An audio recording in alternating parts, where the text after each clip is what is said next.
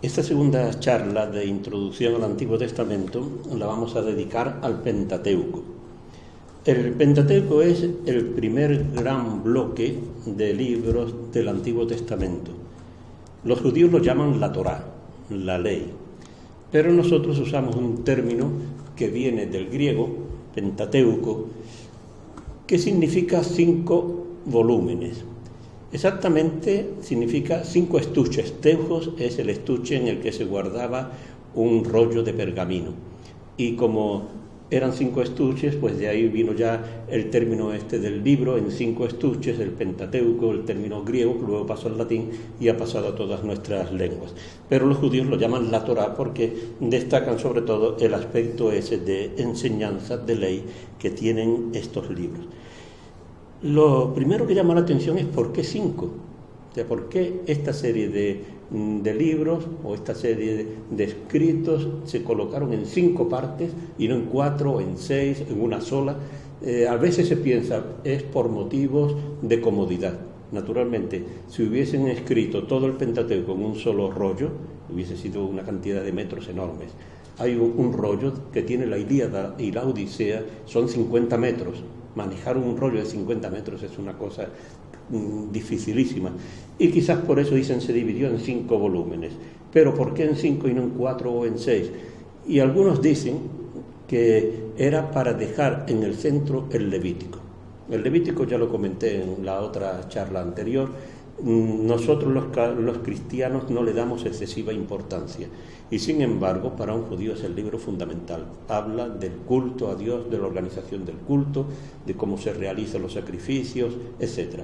Y entonces el Pentateuco se habría organizado en 5 volúmenes para dejar en el puesto central el libro del Levítico, porque los 5 libros, los recuerdo, son Génesis, Éxodo, Levítico, Números y Deuteronomio. ¿Cuál es el contenido de esa obra? A primera vista es muy sencillo. Empieza con la creación del universo, en el capítulo 1 del Génesis, y termina en Deuteronomio 34 con la muerte de Moisés. Es decir, sería un gran esbozo histórico desde el origen del universo y de la humanidad hasta la muerte de Moisés. Ahora bien, el Pentateuco no es solo narrativo, no es solamente una obra histórica, entre comillas, que cuenta lo ocurrido, sino que también tiene unos elementos fundamentales que son las leyes. Todos los códigos del antiguo Israel están en el Pentateuco, como ahora iré indicando. Y por consiguiente tenemos ya 2 elementos esenciales, el elemento narrativo y el elemento de legislación. Aparte de eso hay también bastantes poesías. No es que sea abundantísimo, pero hay poemas, las bendiciones de Jacob, las bendiciones de Moisés, el cántico de Moisés, y hay también muchas listas genealógicas, cosa que entre nosotros también se ha perdido. Un niño normal le preguntan cuál es el nombre de su padre y de su abuelo, lo sabe. Si le preguntan el nombre del bisabuelo, ya seguro que no duda, y el tatarabuelo ni soñarlo. Y sin embargo, en el antiguo Israel era fundamental conocer la genealogía y remontarse a veces a muchas generaciones anteriores. Entonces, con todos esos elementos, lo que se presenta en el Pentateuco tiene la siguiente estructura o las siguientes partes. Comienza con los orígenes, 11 capítulos del Génesis, los orígenes del universo y de la humanidad. Y estos capítulos, que crean tantos problemas y luego los trataré al final, sin embargo son muy interesantes, porque en el fondo el Pentateuco va a ser una historia de salvación, pero para que sea una historia de salvación hay que comenzar hablando de una época en que no hay salvación, o en que la salvación está muy limitada. Y entonces los orígenes lo que cuentan es cómo todo empieza en una situación paradisíaca, maravillosa, pero inmediatamente se van produciendo una serie de rupturas. La primera ruptura es la de la pareja humana, Adán y Eva, con Dios, que al mismo tiempo supone una ruptura entre los esposos, porque Adán le echa la culpa a Eva le echa la culpa a la serpiente, y entonces ya esa unión entre Adán y Eva ya se rompe. Inmediatamente después viene la ruptura entre los hermanos. Caín asesina a Abel. Más adelante vendrá la ruptura entre padres e hijos. cuando Cam se burle de su padre Noé y Noé maldiga a su hijo Cam. Vendrá también la ruptura entre los distintos pueblos de la humanidad, reflejado en el episodio del diluvio.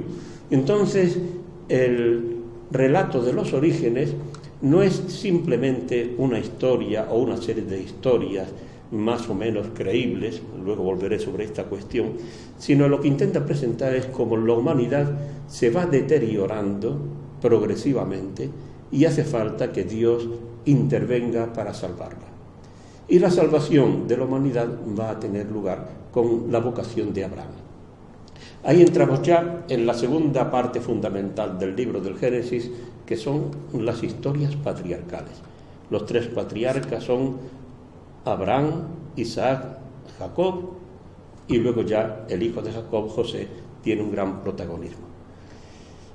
De estos tres patriarcas, el que va a tener gran importancia va a ser Abraham, al que llamaba San Pablo nuestro padre en la fe, y luego también Jacob. En cambio, Isaac va a ser un patriarca, diríamos, de tránsito entre las tradiciones de Abraham y las tradiciones de Jacob. Las tradiciones de Abraham son muy interesantes, son unas tradiciones más que históricas, teológicas. Y ahí lo que se pretende inculcar es cómo la promesa de Dios es una promesa que se cumple de forma muy dramática. No es que Dios promete algo e inmediatamente se cumple, sino que Dios promete algo y terminará cumpliéndose, pero a través de una serie de circunstancias muy conflictivas y muy dramáticas. Dios le hace a Abraham dos grandes promesas, que son las promesas ideales para un seminómada como era Abraham. La promesa de una descendencia numerosa. Hay que recordar que según la tradición bíblica, Abraham y Sara no tienen hijos. Entonces le promete una descendencia numerosa como las estrellas del cielo y como la arena de la playa. Y luego le promete también una cosa que un seminómada desea mucho, es una tierra. Le promete la tierra de Canaán, que será para ellos. Y en estas dos promesas no se cumplen en vida de Abraham, sino que se van realizando de una forma totalmente dramática hasta el punto que uno dice, la promesa no se cumple para nada. Por ejemplo, la promesa de la tierra.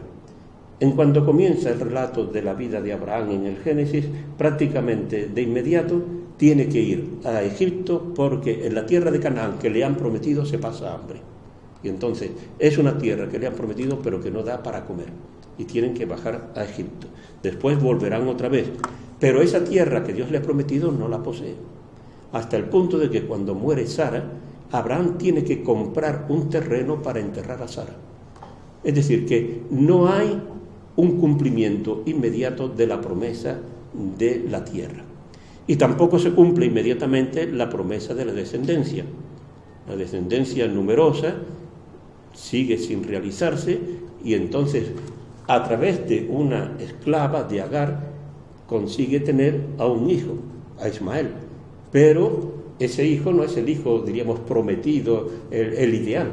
El hijo ideal será Isaac y costará muchísimo trabajo que finalmente Abraham y Sara tengan ese hijo. Pero un hijo no es una descendencia numerosa como las estrellas del cielo. Es decir, que toda la historia de Abraham no es una historia, una biografía como podría ser una biografía de Mussolini o de cualquier otro personaje histórico actual o pongamos de un santo, no, sino que es una historia más bien teológica, donde intenta inculcar cómo los orígenes del pueblo de Israel surgen de un personaje que confía en Dios. San Pablo siempre alabó la fe de Abraham, confía en Dios, tiene una enorme fe, aunque parece que todos los argumentos están en contra de esa fe. En ese sentido sigue siendo un gran ejemplo para los judíos y para nosotros. Después de la historia de Abraham viene ese tránsito de Isaac, que tiene dos hijos, Jacob y Esaú, y se pasa a la tradición de Jacob. La tradición de Jacob es una tradición muy interesante, porque aunque San Pablo llamaba a Abraham nuestro padre en la fe, y es verdad, nuestro padre en la carne, por hablar de alguna manera, sería más bien Jacob. El nombre de Israel es Jacob. Jacob e Israel son el mismo personaje. Y entonces los israelitas siempre invocan a Jacob como su antepasado. no como a Abraham. Abraham sería eso, el patriarca en la fe, pero humanamente es Jacob. Y Jacob es un personaje que deja mucho que desear. Jacob empieza sus andanzas, en primer lugar, con un egoísmo terrible con respecto a su hermano. Esa historia tan famosa del plato de lentejas, que llega Esaú del campo agotado y ve que Jacob se ha preparado un guiso espléndido, le pide algo y le dice: sí, te doy, pero a condición de que me vendas la primogenitura. O sea que es de un egoísmo brutal ese personaje. Pero la historia siguiente es peor todavía, porque ya le ha robado a Esaú la primogenitura y ahora le va a robar la bendición del padre de Isaac en el momento de la muerte. Eso con la complicidad de su madre, todo eso está tramado de una forma que engañan al padre de forma escandalosa, invocando a Dios, mintiendo continuamente. Por consiguiente, Jacob no es un personaje ideal. Nosotros, cuando queremos hablar de nuestros antepasados, pensamos en nuestros grandes héroes, etc., y siempre queremos idealizarlo. Los judíos no han idealizado a Jacob. Jacob es un personaje con muchísimos fallos, muchísimos defectos, pero es el antepasado del pueblo de Israel. Con la historia de José, uno de los hijos de Jacob, llegamos o nos trasladamos a Egipto. Un detalle también interesante: la tierra en la que viven los patriarcas de nuevo deja de dar fruto, y entonces toda la familia de Jacob tiene que trasladarse a Egipto, donde está ya José, que ha sido vendido por sus hermanos.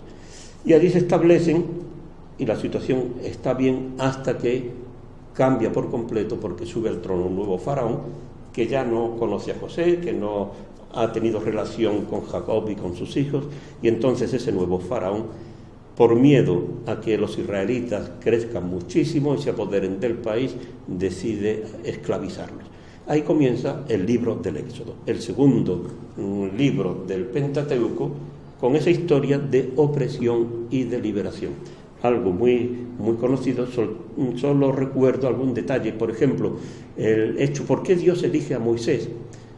Pues es muy interesante. Moisés, tal como se lo presenta, es un muchacho que tiene una rebeldía enorme ante cualquier tipo de injusticia, hasta el punto de que es capaz de asesinar con tal de defender a una persona que sufre la injusticia. Pero cuando Dios le encarga liberar al pueblo de Egipto, la situación cambia por completo. Una cosa muy distinta es irse por la calle y pegarle un tiro a uno y quitarse de en medio, y otra muy distinta es comprometerse en una tarea paciente y continua de liberación del pueblo delante del faraón. Y eso es lo que va a tener que hacer Moisés, y lo realiza en parte gracias a esa serie de portentos que lleva a cabo en Egipto, las famosas 10 plagas, hasta que ya el faraón decide dar libertad al pueblo israelita. Viene entonces la salida de Egipto, el paso del mar, y antes de salir de Egipto ya tenemos un bloque pequeño pero muy importante de leyes, y se refieren a la celebración de la Pascua. Son ese capítulo 12 del Éxodo que leemos el Jueves Santo los católicos, y que es una inserción legal en medio de una serie de relatos sobre la salida de Egipto. Se sale de Egipto, se atraviesa el mar de las Cañas, lo que conocemos generalmente como el milagro del Mar Rojo, luego volveremos sobre esa cuestión, y se comienza a caminar por el desierto. Y aquí quiero hacer una advertencia o una aclaración. La teología de la liberación se ha inspirado mucho en el libro del Éxodo, pero hay una diferencia muy curiosa, y es que la teología de la liberación siempre habla bien del pueblo, lo cual es lógico, porque los teólogos de la liberación están en contacto con un pueblo que sufre, que está siendo oprimido, que pasa unas necesidades terribles. Y sin embargo, en el libro del Éxodo, cuando se habla del pueblo, aun reconociendo que es un pueblo que sufre, que grita a Dios, que le pide la liberación, pero siempre que habla del pueblo lo presenta de mala manera. El pueblo lo único que hace es protestar. es quejarse. Se queja sobre todo del hambre, se queja de la sed, se queja termina quejándose de que Moisés y Aarón los han sacado de Egipto casi por la fuerza, que los han obligado a salir y que se estaba mucho mejor en Egipto, aunque estuviesen en trabajos forzados, era preferible quedarse en Egipto que no tener que arrostrar el desierto y todas sus incomodidades. Pero en fin, en medio de dificultades llega al monte Sinaí y ahí va a tener lugar la gran revelación de Dios y la alianza con el pueblo. La alianza es un pacto entre Dios y el pueblo de Israel y lo primero que hace falta es plantearlo. Cuando llegan al Sinaí, Dios le dice a Moisés que le proponga al pueblo la posibilidad de establecer un pacto con Dios. ¿En qué consiste ese pacto? Consiste en que Yahvé será el Dios de Israel y solamente Yahvé, y que el pueblo será el que obedezca la voz de Yahvé y pondrá en práctica sus mandamientos. Es decir, Yahvé se compromete a salvar al pueblo, a cuidarlo, y el pueblo se compromete a respetar a Yahvé, a darle culto a él exclusivamente y a observar sus leyes. Eso es lo que tiene que proponerle. A nosotros, que estamos educados en una mentalidad monoteísta, esto nos parece lo más normal del mundo. Sin embargo, en el mundo antiguo, lo habitual y lo bueno, entre comillas, era ser politeísta. Cuanto más dioses tenía un individuo o un pueblo, mejor. Generalmente los pueblos tenían un dios principal, pero luego había también otros muchos dioses. Entonces, esto de hacer un pacto exclusivamente con Yahvé significa una novedad bastante grande. Bien, Moisés propone eso al pueblo y el pueblo acepta completamente. Y va a tener lugar la alianza. ¿Y qué normas son las que tiene que observar el pueblo? Inmediatamente viene el decálogo. Pero el decálogo, como es lógico, no basta. ¿Por qué? Porque a una persona le dicen no matarás y está muy bien, pero resulta que un día está en el campo, está trabajando con un hacha, talando un árbol, etc. Se suelta el hierro del hacha, mata al que tiene al lado, entonces ¿qué pasa? Ha cometido un asesinato.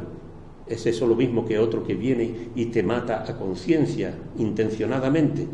Entonces, el decálogo necesita una serie de complementos, de aclaraciones elementales. E inmediatamente después del decálogo encontramos lo que se llama el libro de la alianza.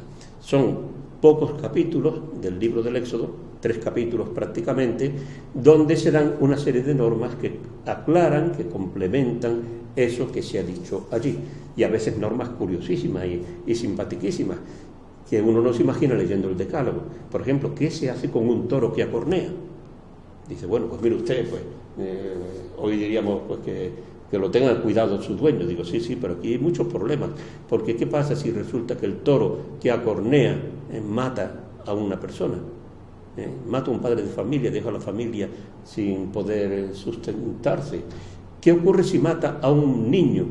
Es lo mismo matar a un niño que matar a una persona adulta. O si mata a un esclavo o a una esclava, o si mata a otro toro. Parecen tonterías. Todo eso está contemplado en el libro de la alianza, allí en el monte Sinaí, porque son normas que hace falta. Probablemente ese código de la alianza es el más antiguo de todos los códigos de Israel. Bien. Inmediatamente después se sella la alianza entre Dios y el pueblo. No basta firmar un contrato, como diríamos nosotros, estampar una firma entre Dios y el pueblo, sino que ese contrato se sella con sangre de las víctimas.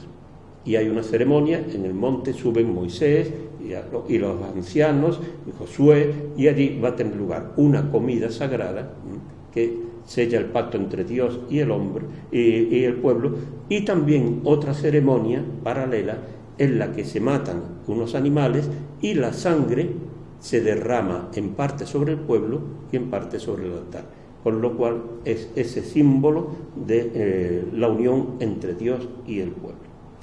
Una vez que ya tenemos la alianza sellada y unas normas que hay que cumplir, Dios entonces indica qué es lo que tienen que hacer para simbolizar su presencia y su culto en el futuro.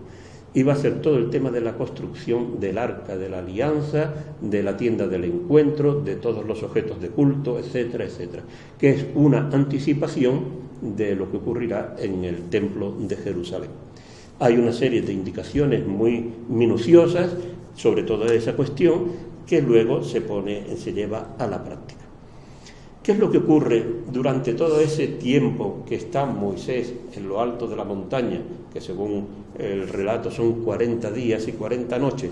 Lo que ocurre es que el pueblo, mientras tanto, piensa que Moisés ha muerto o que algo le ha ocurrido y que entonces están otra vez desamparados. Y le dicen a Aarón que les construya una imagen que simbolice a Dios, la presencia de Dios y la ayuda de Dios. En el Antiguo Oriente, el animal que simbolizaba a la divinidad, mejor en el contexto cananeo, era el toro.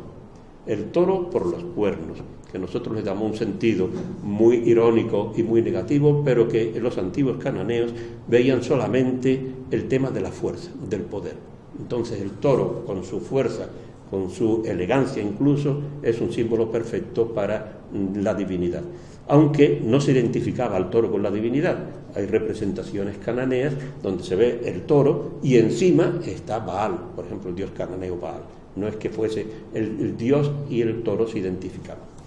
Y entonces Aarón construye un becerro. Cuando baja Moisés con Josué del monte y ve lo que han hecho, inmediatamente estrella las tablas de la ley y piensa que aquello es una cosa terrible, destruye el becerro, manda matar a un montón de todos los culpables, etc. Y entonces empieza ya un tema que va a ser muy típico de las tradiciones del desierto, es la intercesión de Moisés. Cuando Dios quiere castigar al pueblo porque apenas sellado el pacto, ya lo está contraviniendo como una imagen sagrada, ¿no? O pagana. Y entonces Moisés interviene para que no lo castigue, etc. Bien, Dios termina perdonando, Moisés vuelve a subir a la montaña y allí otra vez Dios le da un decálogo. Este detalle es interesante porque en la Pentateuco vamos a encontrar 3 decálogos. El decálogo que se contiene en el libro del Éxodo, el decálogo paralelo que se contiene en Deuteronomio 5 y el decálogo del Deuteronomio 34, que es un decálogo de tipo cultural, no ético, sino cultural. Pero bueno, ya se realizan todas las obras que Dios le ha encargado a Moisés a propósito de la tienda del encuentro, el Arca de la Alianza, etcétera, etcétera, y ya una vez que se establece la tienda del encuentro en que Dios se encuentra con Moisés, en ese momento comienza el libro del Levítico. Este tema, vuelvo sobre él, es muy importante para tener en cuenta la relación de Dios con el pueblo. En su origen parece como que Dios, tal como lo presenta el relato, vive en el Sinaí y Dios vive en la montaña. Pero entonces Dios quiere acompañar a su pueblo durante la marcha por el desierto. Y para eso se construye el Arca de la Alianza. El Arca de la Alianza es un objeto pequeñito, de 75 centímetros de largo, es una cajita. Y entonces esa cajita simboliza la presencia de Dios, pero no es una cosa inmensa. Lo que ocurre es que esa cajita está guardada en una tienda, en la tienda del encuentro. Cuando el pueblo se ponga en marcha, inmediatamente esa tienda del encuentro y esa caja van a simbolizar que Dios acompaña a su pueblo. Dios no se queda en el Sinaí, sino que Dios acompaña a su pueblo. Y al cabo del tiempo, cuando ya en el reinado de David, cuando se le construya un templo, mejor dicho, en el de Salomón, y se establezca en el templo la tienda del encuentro y el Arca de la Alianza, entonces es el Dios del Sinaí que termina morando en Jerusalén, en el templo de Jerusalén. Y esto hay que completarlo con el Nuevo Testamento, donde el templo de Dios, el nuevo templo de Dios, es Jesús. O sea que Dios se hace presente en Jesús, y Jesús ya nos acompaña en toda nuestra vida. Hemos llegado, por consiguiente, al libro del Levítico, donde tenemos una serie de normas, prácticamente todos son leyes, hay algún relato muy breve, pero prácticamente todos son leyes a propósito del culto, de cómo tienen que comportarse los sacerdotes, etc. Hay también otra serie de tipo social, interesantísimos, pero no me voy a detener ahora en todo eso. Una vez que ya ha terminado la etapa del Sinaí, que es una etapa larguísima, nos ponemos en marcha otra vez hacia la tierra prometida. Y es desde el Sinaí hasta la estepa de Moab, que está al otro lado del Mar Muerto. ¿Qué es lo que ocurre en ese momento? Lo que ocurre es que Moisés y Aarón envían espías a la tierra de Canaán para conocer la tierra y ver qué tal es. Entonces llegan allí a la tierra, la recorren de norte a sur, traen incluso productos de la tierra. Un símbolo que utiliza ahora mismo el Estado de Israel en el Ministerio de Turismo, la Oficina de Turismo, es dos personas con una vara y unos racimos de uva enormes. Bueno, porque es que dice el libro de los Números que era una riqueza tan grande la de la tierra que venían llevando un racimo de uvas entre dos, y también granadas, etcétera, ¿no? Bien, entonces cuando estos espías vuelven al campamento e informan, todos dicen que aquella aventura es una cosa imposible, que los que viven en la tierra de Canaán son gigantes, que a ellos los miraban como si fuesen saltamontes, una cosa ridícula, que la tierra es muy fértil, pero que es una tierra que devora a los habitantes, y que por consiguiente que no se puede ir adelante. Solamente hay dos personajes que defienden que hay que ir, que Dios va a conceder la tierra, que son Josué y Caleb. Y los demás están todos en contra. Y entonces el pueblo hace caso a la inmensa mayoría y dicen que no. Es siempre la misma tónica de que el pueblo tiene miedo a la libertad y entonces prefiere volver a Egipto. Esa es la cuestión.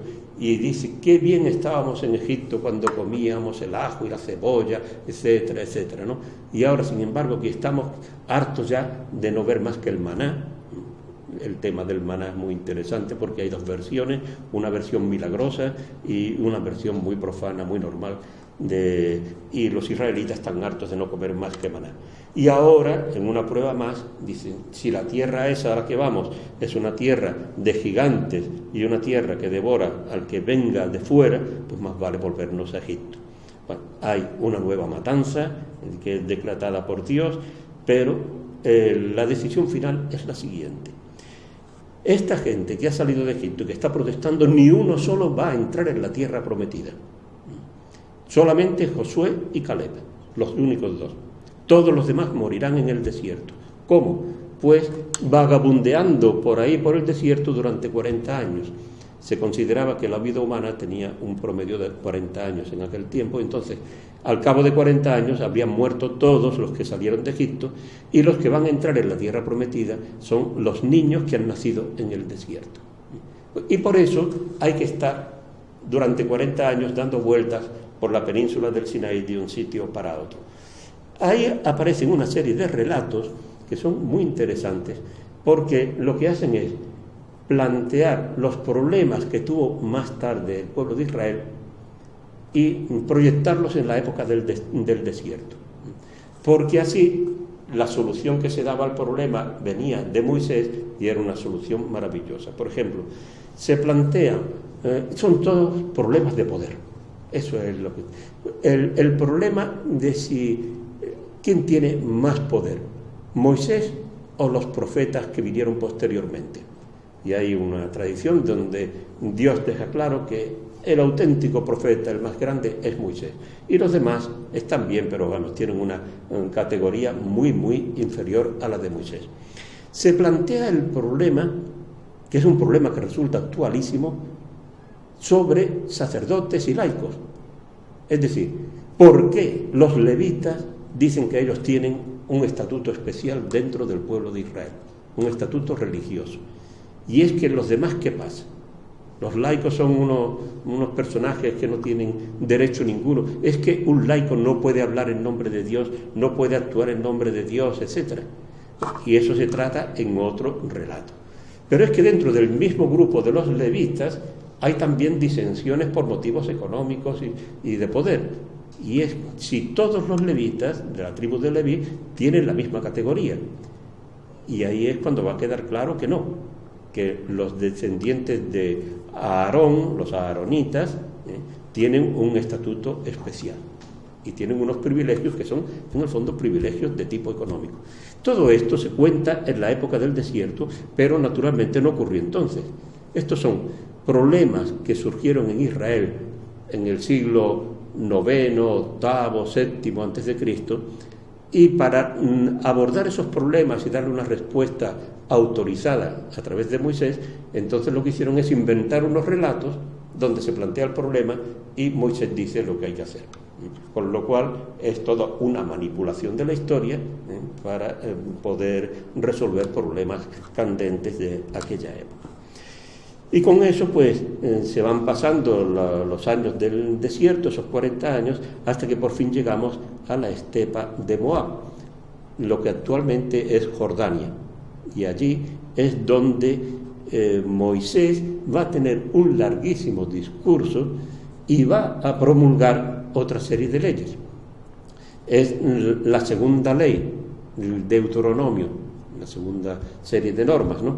¿Eso cómo surgió? Pues por el mismo problema que comentaba antes a propósito del Código de la Alianza. El Código de la Alianza intentaba aclarar, completar lo que en las normas antiguas podía ser impreciso. El Código de la Alianza se quedó anticuado y entonces hubo problemas que había que actualizarlos. Por ejemplo, un problema que no se trataba antiguamente, pero que es el problema del salario. Que va cambiando la sociedad. Al principio toda la gente tiene más o menos su terreno para vivir, pero llega un momento en que pierde ese terreno y entonces tiene que trabajar para otro. Y ahí sale una norma sobre el salario. Hay que pagarle el salario a esa persona, ¿no? Y otra serie de cuestiones también un poco por el estilo. Entonces, el Deuteronomio es una gran sección legal, pero dentro de un gran discurso de Moisés donde invita a ser fieles a Dios, invita a entregarse al Señor por completo. Recordad que de las frases más famosas del Deuteronomio es esa del capítulo 6, escucha Israel, el Señor tu Dios es solamente uno, amarás al Señor tu Dios con todo tu corazón, con toda tu alma, con toda tu mente, con todo tu ser. ¿Cómo se ama a Dios? Cumpliendo los mandamientos. Es lo mismo que dice el Evangelio de San Juan.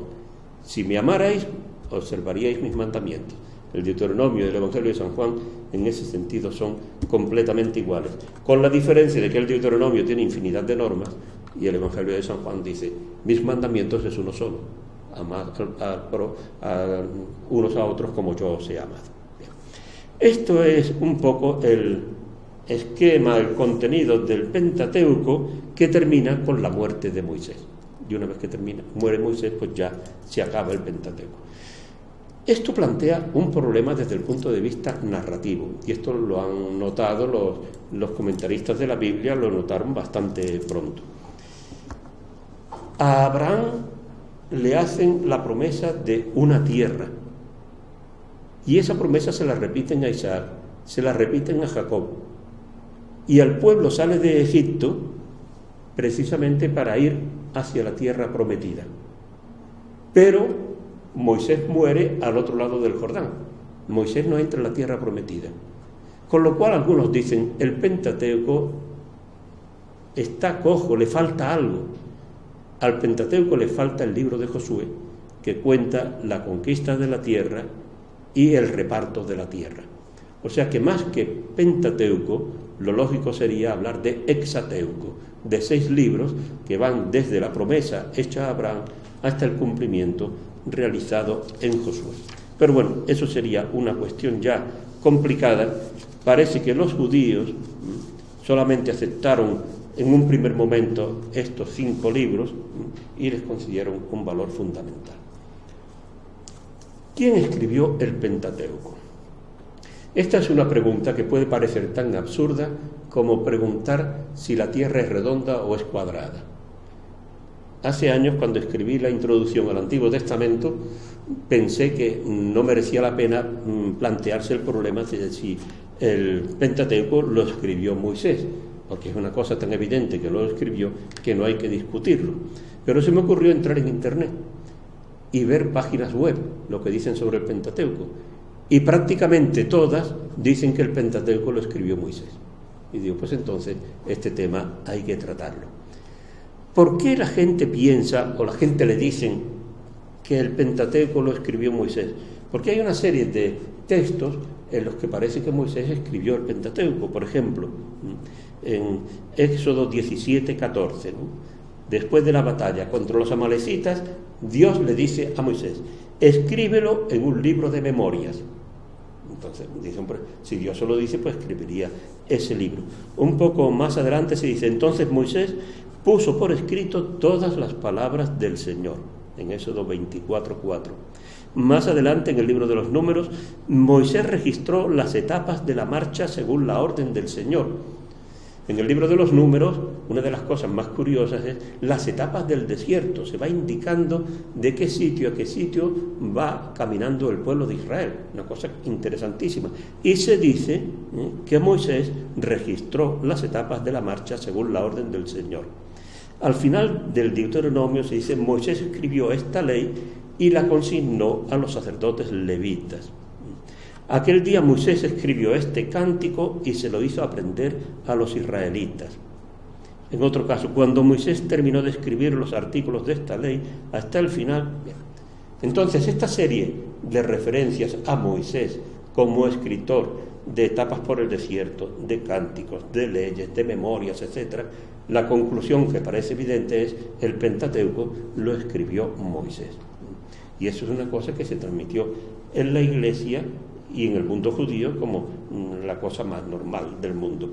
En el siglo XVII hubo ya Spinoza, un judío muy inteligente, el famoso Baruch Spinoza, y él dijo, no, esto no va. Y se dio cuenta de que había habido ya ante otro judío en la Edad Media que había dicho que aquello no funcionaba, que había una serie de textos del Pentateuco que era imposible que los hubiese escrito Moisés. Entonces, ¿cuál es la situación actual? La situación actual es que las personas que no han leído el Pentateuco ni se interesan por la Biblia y se guían simplemente por lo que dice Internet o por lo que han oído, dicen que Moisés escribió el Pentateuco. Pero esto no hay quien lo pueda mantener desde un punto de vista científico y crítico, ¿no? Y es algo además que no tiene nada que ver con la fe. Uno puede ser un perfecto judío, un perfecto católico o protestante y decir que Moisés no escribió el Pentateuco. ¿Qué argumentos se aducen? Pues se aducen, por ejemplo, anacronismos. Anacronismo sería, por ejemplo, decir que Felipe II, cuando iba al Escorial, iba por la autopista de La Coruña. Mire usted, en tiempo de Felipe II no existía la autopista de La Coruña, ¿no? Iría por otro sitio parecido, pero no por ahí. Pues en el Pentateuco salen una serie de referencias que eran imposibles en tiempos de Moisés. Por ejemplo, hace referencia a los reyes de Israel. En tiempos de Moisés no había reyes en Israel. O Moisés tendría que haber contado su propia muerte, que la cuenta en el Deuteronomio, y algunos rabinos judíos decían que sí, que es que anticipó, él sabía cómo iba a morir, etcétera, ¿no? O sea que este es un capítulo de anacronismos que no me detengo. Otras veces están los duplicados y triplicados. Por ejemplo, la creación, como luego diré, se cuenta dos veces de forma completamente distinta. Si Dios le reveló a Moisés cómo fue la creación del universo, ¿cómo es posible que él lo cuente de dos formas tan distintas, ¿no? O, por ejemplo, el pacto con Abraham. El pacto de Dios con Abraham se cuenta de dos maneras también muy distintas en Génesis 15 y 17. El cambio del nombre de Jacob en Israel. También hay dos tradiciones distintas. El caso del Decálogo. Esto es una cosa que mucha gente no sabe. El Decálogo está en Deuteronomio 5 y en Éxodo 20, pero no coinciden al pie de la letra. Hay unas diferencias que son importantísimas. Por ejemplo, en el motivo para la observancia del sábado. En un caso en el Deuteronomio es por motivos sociales, para que descanses tú, pero también para que descanses tu esclavo, tu esclava, el buey, el burro, etc. Mientras que en el Éxodo el motivo es puramente cultural. El sábado hay que observarlo porque Dios creó el mundo en 6 días, descansó el día séptimo, y entonces hay que imitar a Dios descansando el sábado. Bien, hay una serie, por consiguiente, de diferencias que son muy notables. Hay también diferencias de estilo, que uno lee, por ejemplo, un poema de García Lorca, a nadie se le ocurre decir, esto lo escribió Lope de Vega, son estilos completamente distintos, o mucho menos comparar a Góngora con un autor moderno, ¿no? Pues en el Pentateuco encontramos estilos muy distintos, encontramos formas distintas de hablar de Dios. A veces se le llama Yahvé y otras veces se le llama Elohim. O sea que tantas diferencias y tantos cortes en la narración y tantos tropiezos, etcétera, dicen, mire, es imposible que esto lo haya escrito una sola persona, prescindiendo de que, imagínense, en el desierto de donde saca Moisés papiro y tinta para escribir todo el Pentateuco. O sea que hay que abandonar esa idea que no tiene gran fundamento. Hoy día lo que se piensa es que el Pentateuco es el fruto de recoger muchas tradiciones elaboradas por autores muy distintos.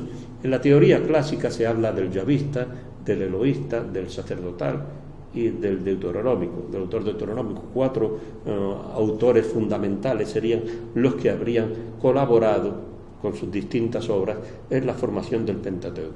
Esto parece que tuvo lugar en el siglo IV, a finales del siglo IV, en el siglo V, quizás 438, en la época de Esdras y de Nehemías. Muchos piensan que en esa época persa es cuando se termina de redactar el Pentateuco. Desde luego nada que ver con el siglo III a.C., que es la época de Moisés. ¿Qué interés tiene el Pentateuco? Ya a lo largo de esta charla se ha ido viendo que es interesante. Para los judíos es interesante por su imagen de Dios. Ante todo, Yahvé aparece como el único Dios. E insisto en lo que he dicho hace un rato. Y es que en un contexto politeísta, hablar de un solo Dios y presentar a Yahvé como el único Dios es una cosa revolucionaria. Los romanos del siglo I acusaban a los cristianos de ateos y decían que eran ateos porque solo tenían un Dios. Y una buena persona, un hombre religioso, debe tener muchos dioses. Cuantos más dioses, mejor. Entonces, esto es lo primero que aprende un judío del Pentateuco que le transmite, es un Dios único, es una gran aportación. Ese Dios único es el Creador. Ahora volveré sobre este tema de la creación. Es el Salvador, es el legislador, el que le ha dado toda la ley a Israel. Por eso comprenderán también la importancia del Pentateuco. ¿Por qué los judíos lo consideran tan fundamental por encima de los otros libros del Antiguo Testamento? Y es porque Dios da la ley y la ley está contenida en el Pentateuco. La ley no está en los libros proféticos ni está en los libros sapienciales, etc.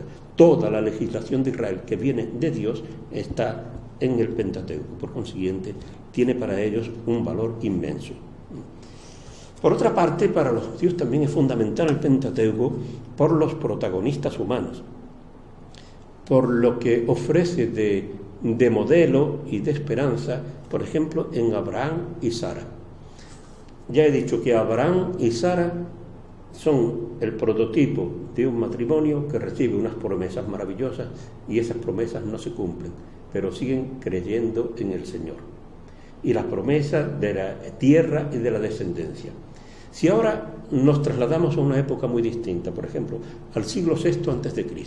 o al siglo V a.C., en Babilonia, donde los judíos están desterrados, están un poco como Abraham y Sara, sin una tierra, pero cuando leen la historia de Abraham y Sara, saben que Dios les promete una tierra que podrán un día volver a ella. Si no vuelven ellos, pueden volver sus descendientes. Entonces están viendo en la historia de Abraham y Sara un reflejo de lo que a ellos les ocurre, y puede ser algo muy útil para su vida espiritual y para su esperanza.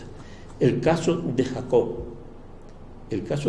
cuando se lee con honradez, no se falsifica la historia, porque los judíos terminaron falseando la historia de Jacob, no en la Biblia, que no la tocaron como es lógico, pero sí en las historias de los libros apócrifos. En los libros apócrifos la historia de Esaú y Jacob, por ejemplo, cambia por completo.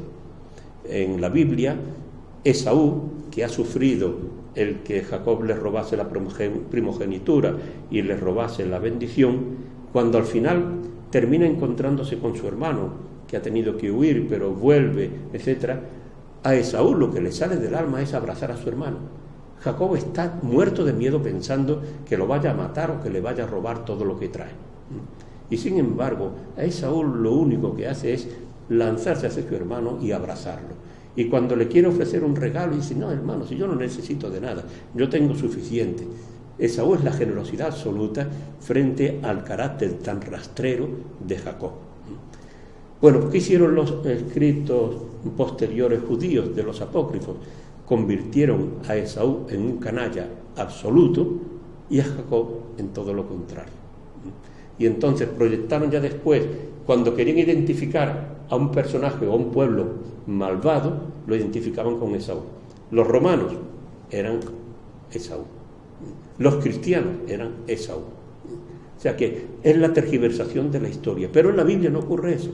O sea que entonces el judío que lee con honradez el Antiguo Testamento, concretamente el libro del Génesis, dice: miren ustedes, podemos estar contentos, incluso orgullosos de nuestra relación con Dios, pero por lo que Dios ha hecho, no por nosotros, porque nosotros en el fondo somos como Jacob, somos un pueblo también a veces bastante rastrero, bastante indigno. Y lo mismo puede decir un cristiano cuando lee la historia de Jacob, ¿no? O la historia de Moisés, la persona que está al servicio de Dios, de su palabra, de su salvación, etc. Por otra parte, para un judío es también fundamental el Pentateuco por la temática que desarrolla, que es toda esa identidad del pueblo, la formación del pueblo, desde Abraham hasta todos los que llegan con Moisés ante la tierra prometida. Es el cumplimiento de la promesa, es la tierra, es la alianza entre Dios y el pueblo, es el don de la ley, es el culto. Es decir, que para un judío el Pentateuco es realmente algo esencial, importantísimo. Y todo esto, en grandísima parte, es válido también para los cristianos. Incluso podría decir que el Pentateuco anticipa lo que va a ocurrir en el Nuevo Testamento. El Nuevo Testamento es la formación del nuevo pueblo de Dios, y es en cierto modo calca el esquema y la temática del Pentateuco.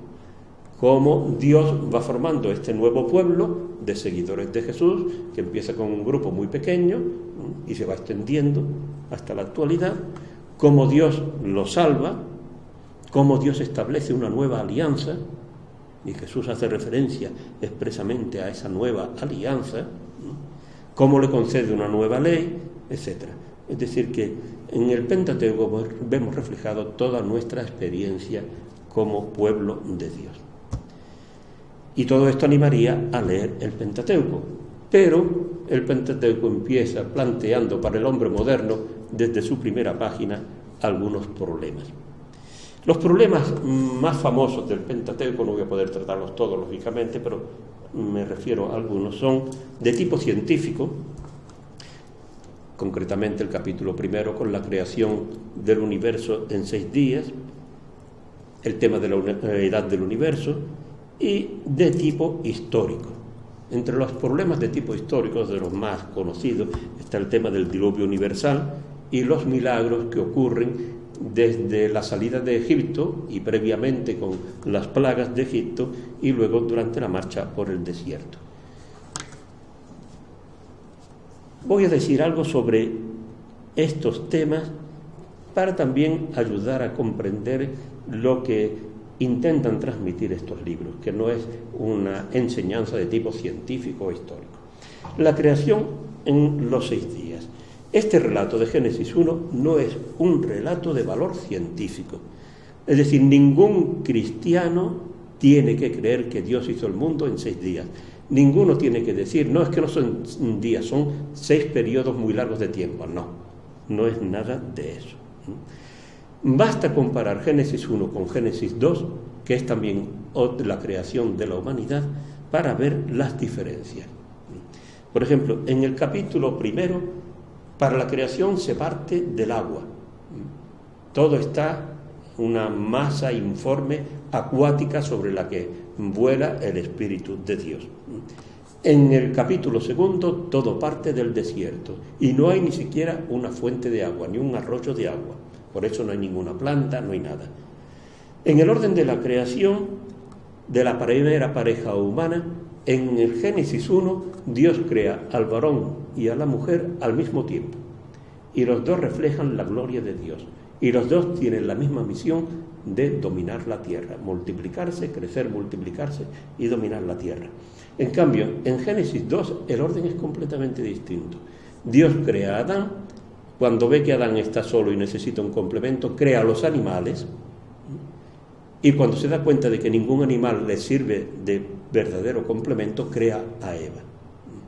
Entonces, este esquema que presenta Génesis 2 es incompatible con Génesis 1. Y como dice la gente, si esto es revelación de Dios, mire usted, Dios no puede revelar dos cosas contradictorias. O una es verdad o otra no es verdad. Y la solución es que es muy fácil en el fondo. Es que ninguna de las dos son revelación de Dios a nivel científico. No pretende para nada decir cómo surgió el universo. Concretamente, el capítulo primero del Génesis hay que entenderlo a partir de un poema mesopotámico, el Enuma Elis. El Enuma Elis era un poema muy conocido en todo el Antiguo Oriente. Y ahí se presentaba la formación del universo como relacionada con la aparición de los dioses. Es decir, que el nacimiento de los dioses y la formación del universo eran las dos partes de la misma realidad. Y el universo concretamente había surgido porque los dioses habían luchado entre ellos y al final Marduk había matado a la diosa Tiamat, la había dividido en dos partes, con una parte había creado el cielo, el sol, la luna, las estrellas, y con otra parte había creado la tierra. Y luego después creó al hombre, etc. Entonces, en este contexto, lo que quiere el autor que escribió este capítulo primero del Génesis, lo que quiere es ofrecer una versión distinta, adecuada a la fe de Israel. ¿Y qué es lo que hace? En primer lugar, todo es obra de Dios, de un solo Dios. No se puede decir que todo el universo sea obra de una multitud de dioses, de ninguna manera. El monoteísmo estricto, no aparece ni un solo Dios distinto del Señor. Desmitificación de los astros.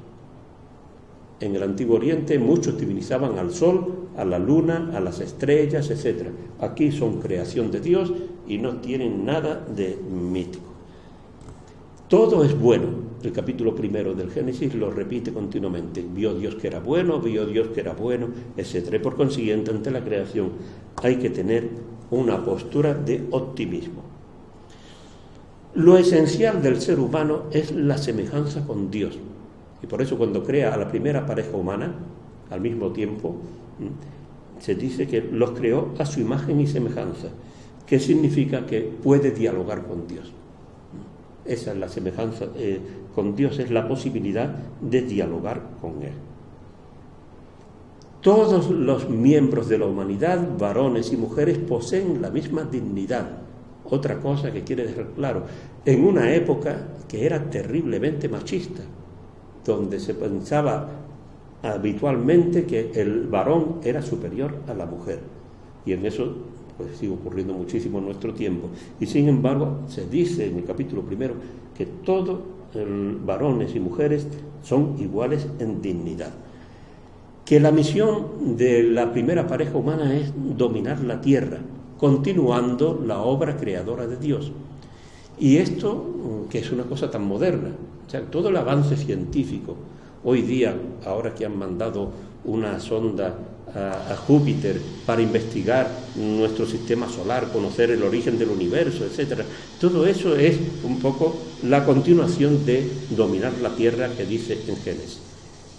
Y hay que tener en cuenta cómo presenta el fin de la humanidad el Enuma Elish, que es muy distinto. Dice, voy a amasar, dice el Dios, voy a amasar la sangre y haré que existan los huesos. Voy a suscitar un salvaje cuyo nombre sea hombre, para que se encargue del servicio de los dioses, de modo que éstos sean aplacados. Los dioses crean a la humanidad para que se encarguen del servicio de los dioses.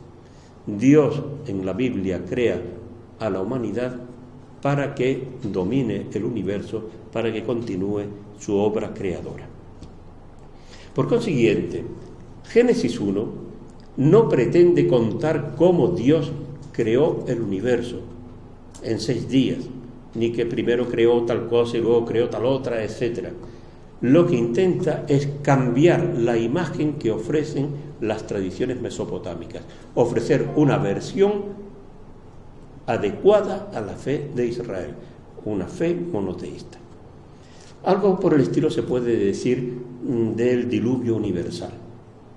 El relato del diluvio refleja lo que se cuenta en otra serie de tradiciones mesopotámicas, concretamente en el relato sumerio del diluvio, un relato antiquísimo, en el mito de Atrahasis y en la tabla 11 del poema de Gilgamesh.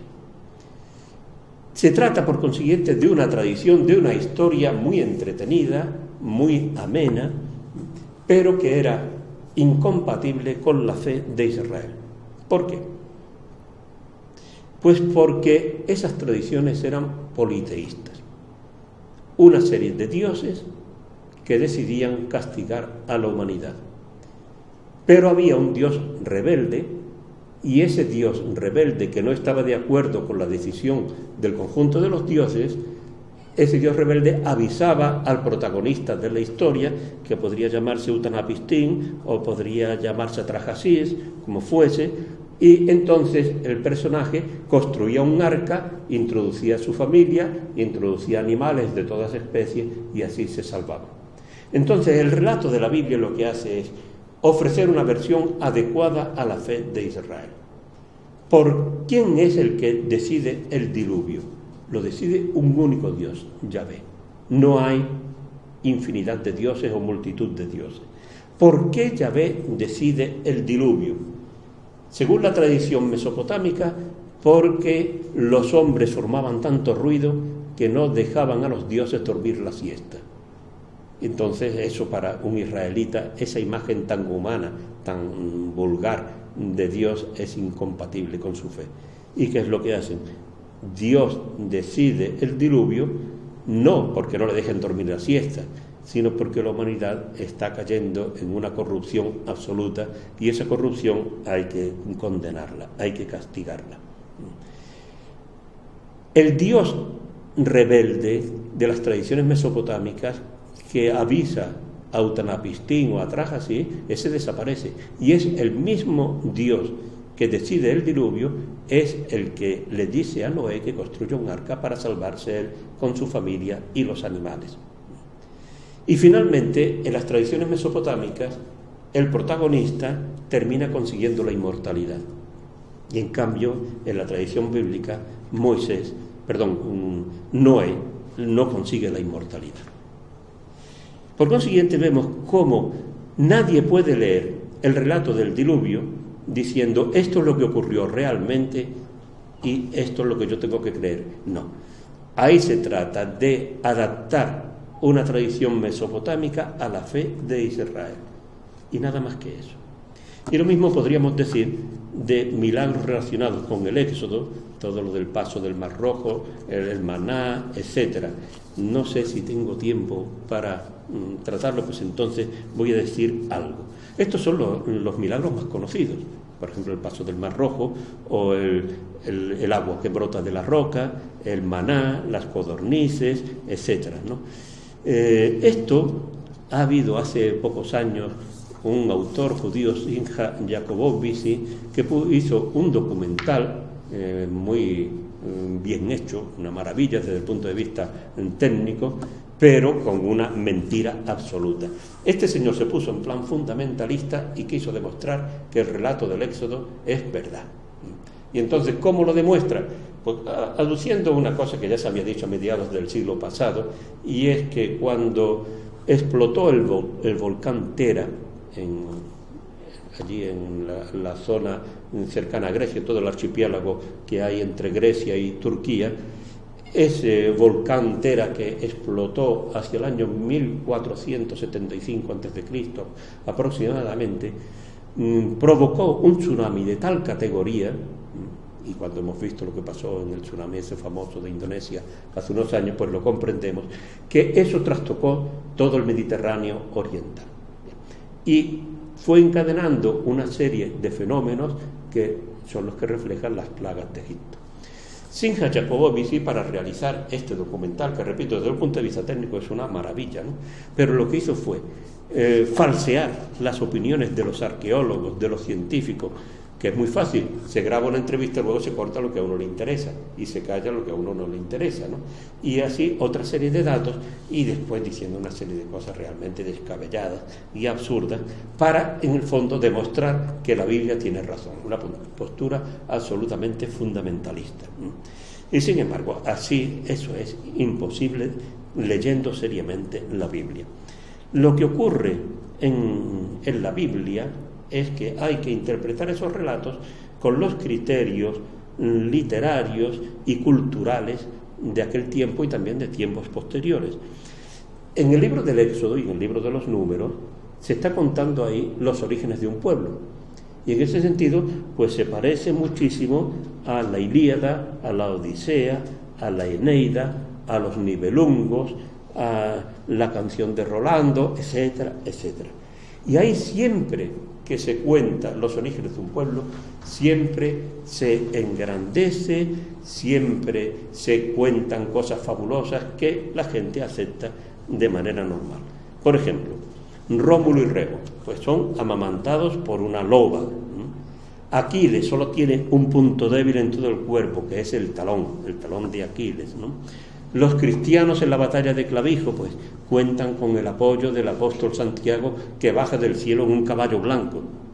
Pero es que cuando pasamos a nuestra época, a nuestra cultura, cuando se cuenta, por ejemplo, el origen del Oriente norteamericano, entonces los que vimos de pequeños las películas de Buffalo Bill, pues sabemos cómo Buffalo Bill empezaba a disparar y el revólver no tenía 6 balas, tenía 400, porque no paraba de matar un indio detrás de otro.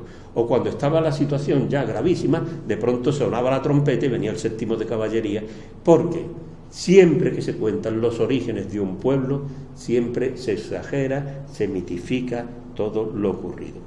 Y esto conviene tenerlo en cuenta. Los autores bíblicos, cuando cuentan los orígenes de Israel, también exageran, mitifican, inventan una cantidad de cosas enormes. Y esto no es que yo sea un ateo, que estoy intentando quitarle la fe a la gente, sino que es que cuando se lee la Biblia se encuentra uno tradiciones que chocan una con otra. Es decir, que están en la Biblia y son dos tradiciones muy distintas. Por ejemplo, la famosa tradición del maná. Toda la gente que ha oído hablar un poco del maná, cuando le preguntan el maná, ¿qué es? Pues lo que dice la Biblia, es pan del cielo. Es una cosa tan maravillosa que respeta el descanso sabático. Cae todos los días de la semana menos el sábado. Ahí también lo respeta, ¿no? Es tan sorprendente que aunque unos recojan mucho y otros recojan poco, después al final todos tienen lo que necesitan para comer. Da lo mismo que uno recoja 5 kilos y el otro 100 gramos. Es igual. Al final todos tienen lo necesario. Este pan es tan maravilloso que tiene un sabor a galletas de miel, ¿verdad? Y como es el pan que Dios le da, hay que conservarlo para las generaciones futuras. Y por eso en el Arca de la Alianza, en esa cajita, aparte de las tablas de la ley, están también 2 litros de maná. que se conservan para las generaciones futuras. Sin embargo, cuando leemos el libro de los Números, el capítulo 11, se dice que el pueblo añoraba la comida de Egipto y se le quita el apetito de no ver más que maná. Y entonces, para aclararlo, dice que es que el maná se parecía a la semilla de coriandro, que había que molerla, había que cocerla, y que al final terminaba saliendo a una cosa muy prosaica, nada de galletas con miel, sino a pan de aceite. Quien ha estado en Israel en la época de Pascua y ha tenido que comer un día detrás de otro los matzot, que no tienen levadura, etc., al cabo de 3 días está harto de matzot. Es una cosa tan anodina, tan insípida. Pues ahora, tal como lo cuenta la Biblia, el pueblo un día detrás de otro, teniendo que comer algo que no cae del cielo, que es la segregación de una planta, y que entonces se hace uno una tortita de mala muerte, ¿no? Pues está uno harto del maná. ¿Qué es lo que ocurre? Que eso no se lo contamos a la gente cuando hablamos de la marcha por el desierto. Simplemente contamos el milagro del maná. Pero otro caso que es interesantísimo es la guía divina por el desierto. El pueblo tiene que marchar desde Egipto hasta la tierra prometida, marchando por el desierto del Sinaí. Bueno, en una época en que no hay GPS ni hay brújula, marchar por el desierto es una aventura impresionante. Entonces, ¿qué cuenta la Biblia? Pues ofrece una versión milagrosa. En el capítulo 9 del libro de los Números se dice que cuando se levantaba la nube, Dios manda una nube que va a ser la que guía al pueblo por el desierto. Cuando se levantaba la nube sobre la tienda, los israelitas se ponían en marcha, y donde se detenía la nube, acampaban. A la orden del Señor se ponían en marcha, y a la orden del Señor acampaban. Entonces, con esa brújula, pues naturalmente no hace falta más. ¿Por qué? Porque por la noche, cuando no se ve la nube, se convierte en una columna de fuego. O sea que todo es perfecto. Tenemos entonces una versión milagrosa de la marcha por el desierto, pero resulta que eso está en el capítulo 9 del libro de los Números. Y en la página siguiente, en el capítulo 10, Moisés le suplica a su suegro Jobab lo siguiente: no nos dejes, porque conoces este desierto y los lugares donde acampar. Debes ser nuestro guía. O sea que aquí ya Moisés no tiene ni nube ni columna de fuego.